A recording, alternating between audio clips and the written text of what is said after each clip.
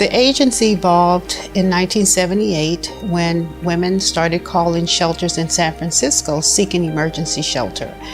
Women in San Francisco recognized that the number of calls from the East Bay were growing, and there was a need for domestic violence services in the East Bay.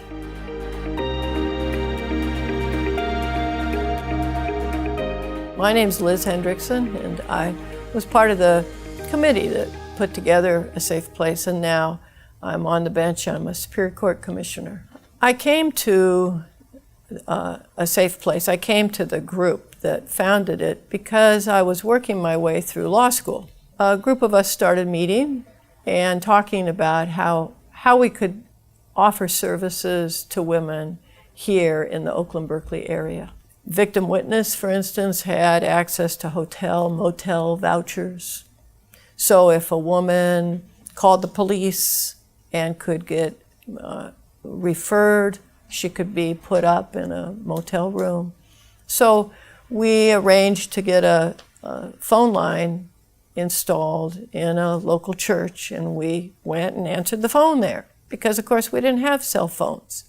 Now, people don't really realize that in our lifetimes, how much things have changed. The legal system wasn't really on board with domestic violence yet. The police didn't arrest. The district attorney didn't prosecute.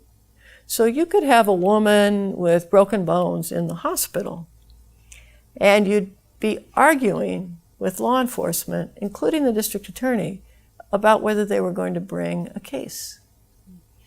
So we had to have an agenda that actually addressed those kind of system shortcomings.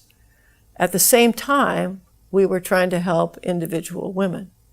One of the signatories to our incorporation paperwork was Eva Patterson, who's gone on to have an illustrious career as a civil rights attorney, nationwide really. But at that time, she was one of the women attorneys in Alameda County Legal Aid. And so she brought the first lawsuit in the country against police for what was called, in those days, an arrest avoidance policy. And that was very common nationwide. And Oakland police had a written policy that said, if you're called to a domestic violence call, do everything you can to avoid arresting the perpetrator. So that's why it was called arrest avoidance policy. And that lawsuit, Scott v. Hart, was a federal suit. And Eva was one of the main lawyers who brought it. And that was settled in the early 80s, and that policy was abolished. So now I carry this phone around because now part of the law is that if a police officer is at a domestic violence call, he calls a judge for a restraining order. 24/7, police officer has access to a judicial officer so that we can order that the perpetrator move out, stay away, and it's good immediately. There were 3 other domestic violence agencies at the time in Alameda County, and I reached out to them, and together we formed the Alameda County Battered Women's Shelter Network. And there was also a statewide coalition, which was the California Coalition Against Domestic Violence. And we also were a member of that organization, again, as a way to have a presence at the state level and to trying to get dedicated funds beyond the marriage license fees to support our work. I came to California to get away from a domestic violence situation with the very violent person that would stalk me. The person that abused me sabotaged my reproductive life, and so I always felt really connected to the children at the shelter. One situation that really meant a lot to me was that a woman who had killed her batterer, we got a phone call from her public defender, and she said, this woman is pregnant and she's at Santa Rita. She was so She was so traumatized. And she immediately told me the story of shooting him with his own gun that she found in the closet. So we brought her to the shelter, and I think she stayed probably at least 3 months, although our time was supposed to be, I believe, 8 weeks at the time, 6 to 8 weeks at that time.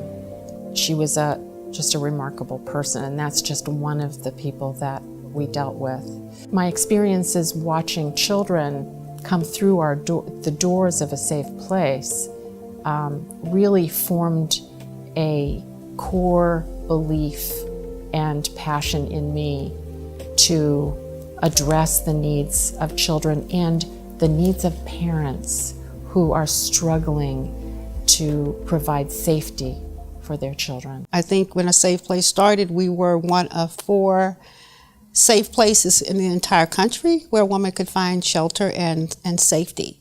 So as we started to explore the needs of clients and victims, we recognized that many women did not come to shelters. We started a partnership with the Oakland Police Department where we created a domestic violence unit under Chief Samuels.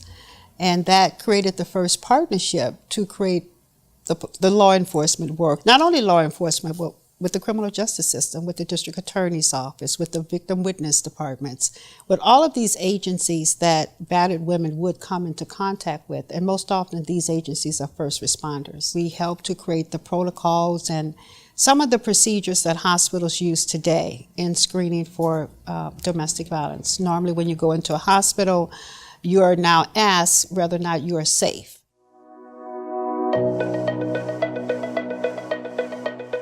We offer victims and their children support services in 2 facets.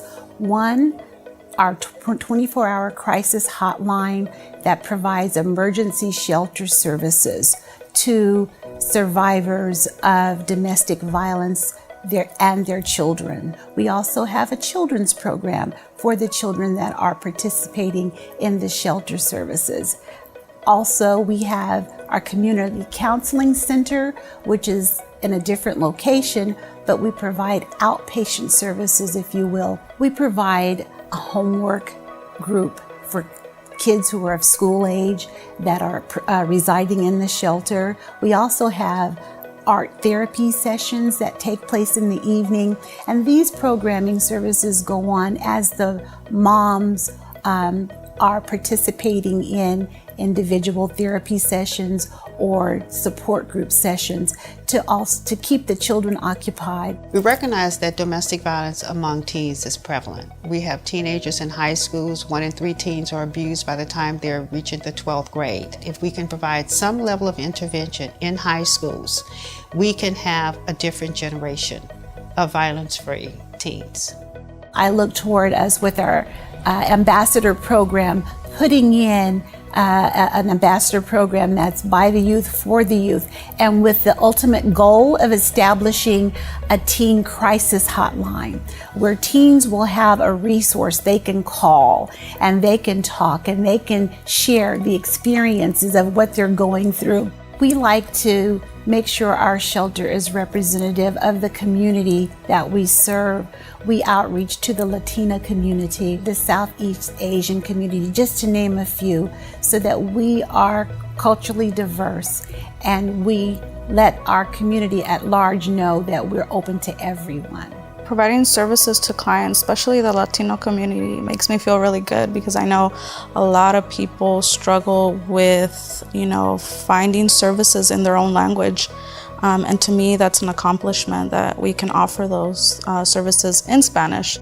I have been the shelter advocate for A Safe Place for about 3 years now, but I've been with the organization on and off for 10 years. I always get, you're a man doing this work. What motivates you and what is your passion? Why are you doing this work? The reason why I do this work is because a lot of people in my community experience domestic violence, and for many years it's been taboo and nobody wants to address it. In the face of domestic violence has always been a woman. And I felt that it was important for a man to become an ally and link up with other service providers to provide services for survivors of domestic violence.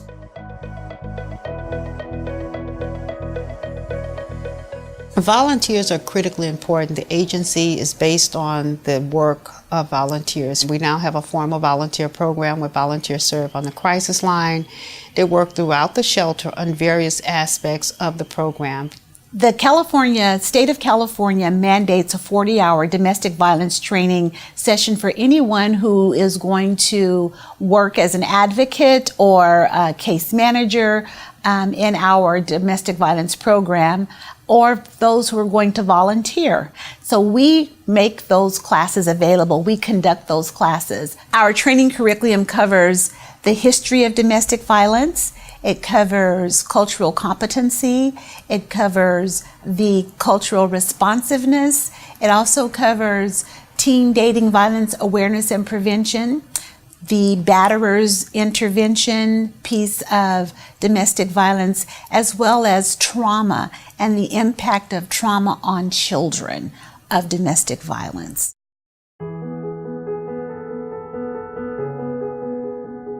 I'm the weekend crisis line advocate, and that involves responding to calls that come in through the crisis line, emergency calls. It could be where someone, the domestic violence crisis is going on right then, and that means responding to finding out what's going on, comforting the caller, providing service for them. It may have to redirect the call. One thing about a safe place is we specifically provide services for those that are in immediate harm, and then we advocate for them to get away from that harm, to be in a safe place. Pretty much, I listen. I give them an opportunity to kind of just unload a little bit, because that's what some are looking for, an ear. Someone to listen, to be empathetic. And once the conversation has gone on for a while, I will mention the services that we provide, such as the counseling, free counseling. My day job is as a deputy sheriff with Alameda County Sheriff's Department. I think the relevance between my day job and volunteering is perspective. When I work for the Sheriff's Department, you get the perspective of the person who's arrested for domestic violence. But working as a volunteer, you get the other side. You get the perspective of the victim.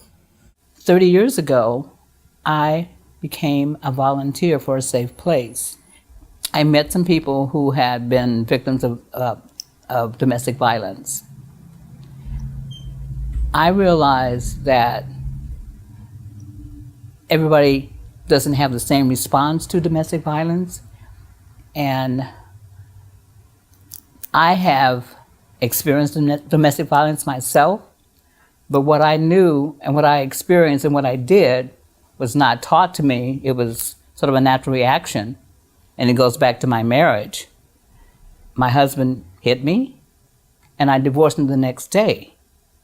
And I have never, ever been mistreated again since then. The volunteers were trained to interact with clients at the shelter, to interact with clients and their children, to provide services for the clients in terms of helping them find housing, find jobs, find childcare, and move toward a goal of self-sufficiency. Helping the women to understand that self-esteem is the most important thing that will help them not continue to go back and be abused.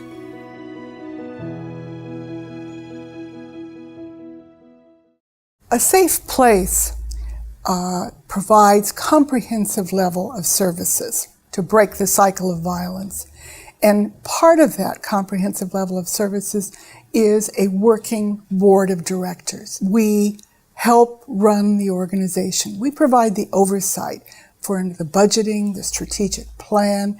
These are not the sexy issues, but these would help give us the rich kind of level of service. We work directly with the executive director, CAROLYN Russell. I'm the vice chair and part of, if you will, the executive committee that helps look at our various needs.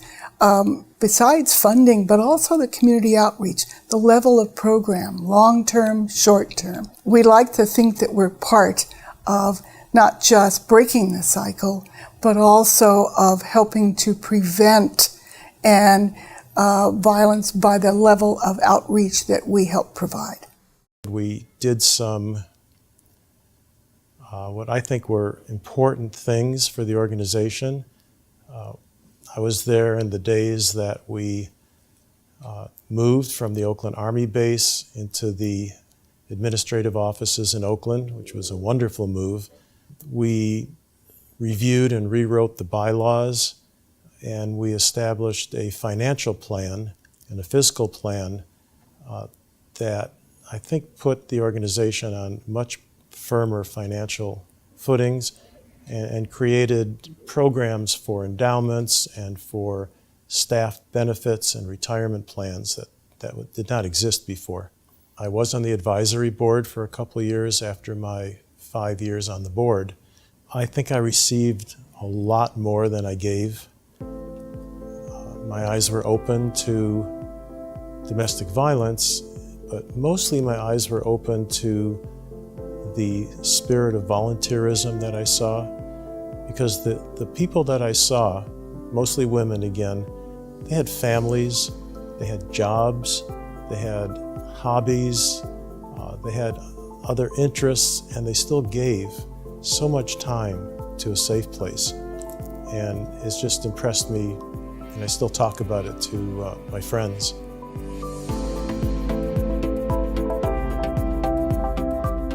I first got involved with the Safe Place because I'm program director at a community mental health center, and one of our clients was admitting to us that she was involved in some domestic violence. This was a mother and her 2 children.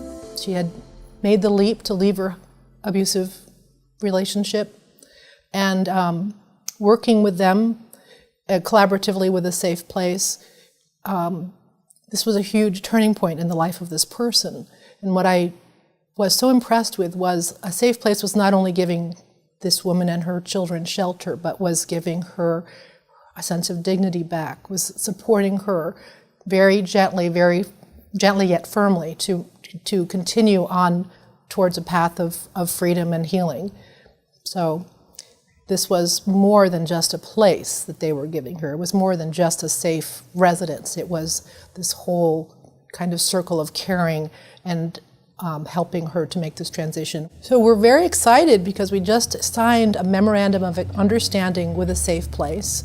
It's kind of a first in the Bay Area for a domestic violence agency and a community mental health center to work together, intentionally work together to bridge a gap in services. Safe Place will have access to our clinicians, so if they have people call who need counseling, we will be able to respond and add to the counseling that a Safe Place already offers. That our people who have some specialties in different areas of trauma-informed work can come over and do groups or individual counseling with the Safe Place clients. CAROLYN Russell initiated a meeting with some women in ministry in the Bay Area and to introduce them to the faith-based initiative, and also to encourage them. So many of them attended the subsequent training. And so it's an opportunity for many women who have themselves been victims or suffered abuse to also help others and to learn effective ways of doing it. The faith-based project is one of the initiatives that we've partnered with, and Blue Shield of California supported a Safe Place with a grant to educate Oakland ministers around domestic violence. We recognize that people turn to their faith when they're in crisis, no matter what race or culture that they may be. So we feel that faith leaders are most often placed in counseling positions. They most often are first responders, and they most often are used in courts to be witnesses for perpetrators. When I worked with a Safe Place, I think I started in 1979, 1980, maybe even earlier than that. And I started as working as a volunteer, doing counseling. And then once I got my license, I started working in the shelter, and I ran groups at a safe place, and I did individual counseling for the women that were housed in the safe place. It's therapy. Working with women I wanted to work with women around trauma. And that was always my desire, to work in the field of trauma and to work with women around empowerment and domestic violence and sexual assault. When you're empowering women, you're empowering whole families. And when you empower families, you're empowering community.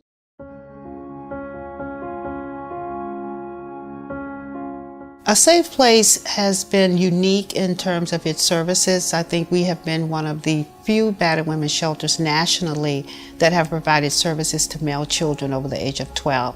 Our philosophy has always been to keep the family together. We recognize that men cannot change without the skill to change.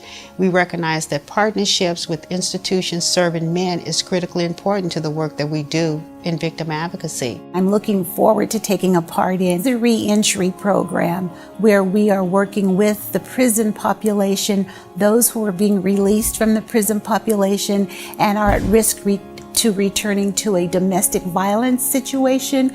We are outreaching to them and doing case management with them so that they will have an alternative place to come to.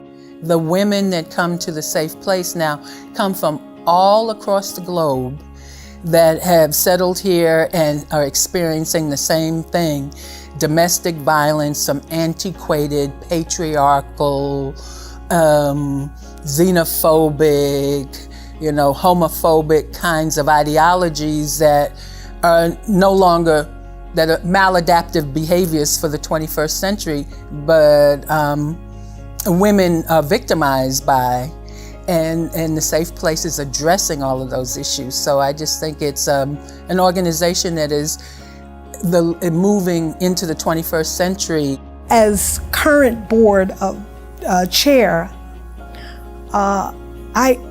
I'm reaching out to say that we need people to continue to struggle. It's not over. We still face battering at a high percentage annually, not only in Oakland, but the Bay Area and the world. We need our day of coming together in community to make that difference across all cultures, across all lines, all class, everything, because we're all in it together. And we believe in a safe place that the best way to do this is come together in community to make that difference, to stand up and voice bullying, to stand up and fight against racism, sexism, and all of the isms that continue to try to divide us.